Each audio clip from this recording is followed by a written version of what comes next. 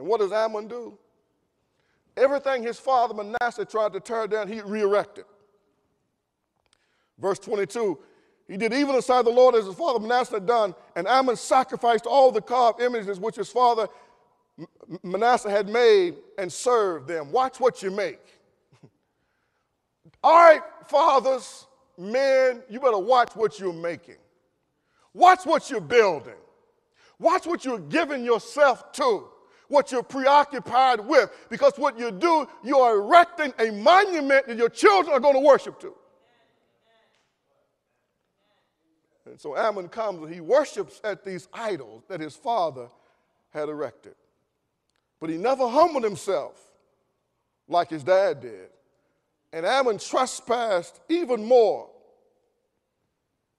And it got so bad, he just got so wicked, he was just so decadent that the people just couldn't take it. That they just could not take it. And so what they did, some of the men in his inner circle, they conspired and they assassinated him in the castle to rid them of his evil, decadent, sinful, debauched ways. And they killed him. Verse 25, but the people of the land executed all those who had conspired against King Ammon. Then the people of the land made his son Josiah king in his place. So the executions of the king, they actually did the nation a favor. But they were executed in their deed of mercy to try to save the nation. And so now, as we wrap up, just a few moments left, an 8-year-old boy, Elijah, becomes king. An 8-year-old boy by the name of Josiah. His father has been maybe the most decadent, wicked, evil, depraved king in the history of the nation. His father had sacrificed some of his brothers on the altar of Baal. That's why he became king. His older brothers had already been sacrificed. And now he's, if not witnessed, he's heard the cries in the night that his father has been executed in the palace. Blood shed everywhere.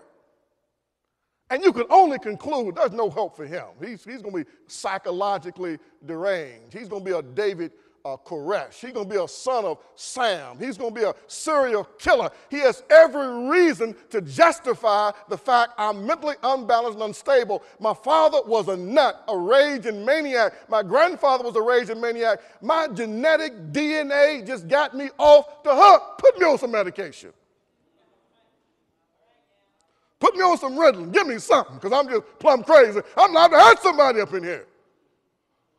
And they give him the reins of the kingdom at 8, because Israel was based on the succession. The kingship fell to the oldest son.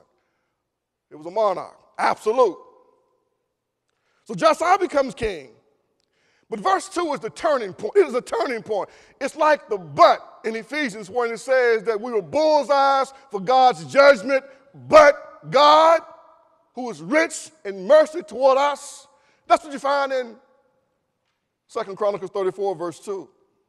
And he did what was right in the sight of the Lord and walked in the ways of his father David. He did not turn aside to the right hand or to the left. The first thing about Josiah, as we run through some quick points here, he says he did what was right in the sight of the Lord. He chose a good pattern. And if you're not careful, what you will miss here is that he followed after his father David. The problem with that is David wasn't his father. David wasn't even his grandfather. David wasn't even his great-great-grandfather. David wasn't even his great-great-great-grandfather. As a matter of fact, David had lived several hundred years before he was even born. But he knew something about history. And he knew that somewhere in my line, somebody served God. Anybody know where I'm going with this? You got to find somebody somewhere in your roots, somewhere in your lineage, your grandma, your great-grandma, your cousin, your aunt, 2 or 3 or 4 times renewed. But somebody knew God somewhere for you to get in the kingdom.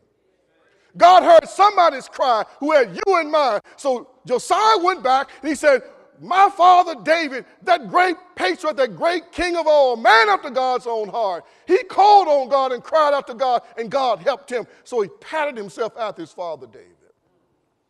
I say to you men here today, all of you men here, members of this church, members of the AAU basketball team, Major League football team, you got a heavy responsibility. You got to walk right. You got to talk right. You got to do right. The future of our entire community, it weighs in the balance as to whether or not we will be able to influence enough of these young boys to want to be real men. To want to be real men. That's where the battle is, my brothers and my sisters. We got to have young boys who have a vision that one day I want to be a real man, and I want to take a wife, and I want to have a wife, and I want to have children by one woman, and they all live in the same house. So when we pray at night, we can all pray together at one time. Are y'all listening to me? Now, I'm not standing in judgment of anybody. I'm not standing in judgment of anybody. We got to turn this thing around. We need houses where everybody in the house got the same last name and everybody looked enough alike, whether you bleed from the same family and got the same gene pool. That's what I'm talking about. That is what's so desperately needed, my brothers and my sisters. We don't need another welfare program. We don't need an equal opportunity employment program. What we need is a program where men want to be men, and want to be husbands, and want to be fathers, and want to be husbands that bind everything together and holds everything together and sacrifices whatever it takes for the benefit of the wife and the children. That's what we got to create. That's what we got to create. And so everything else is just a means to try to get to that end. We know how to create football players, basketball players, track stars, boxers, pimps, and dope pushers, but can we produce men? Can we produce men again who will love their wives, they love their own flesh, and love their children to their last drop of blood? Can we produce men who will work at McDonald's and Burger Kings and wherever they got to work to make sure their baby got Pampers and milk and a place to stay? That's what we got to do. And that's what we need. And that's where we are. And so our whole community weighs in the balance.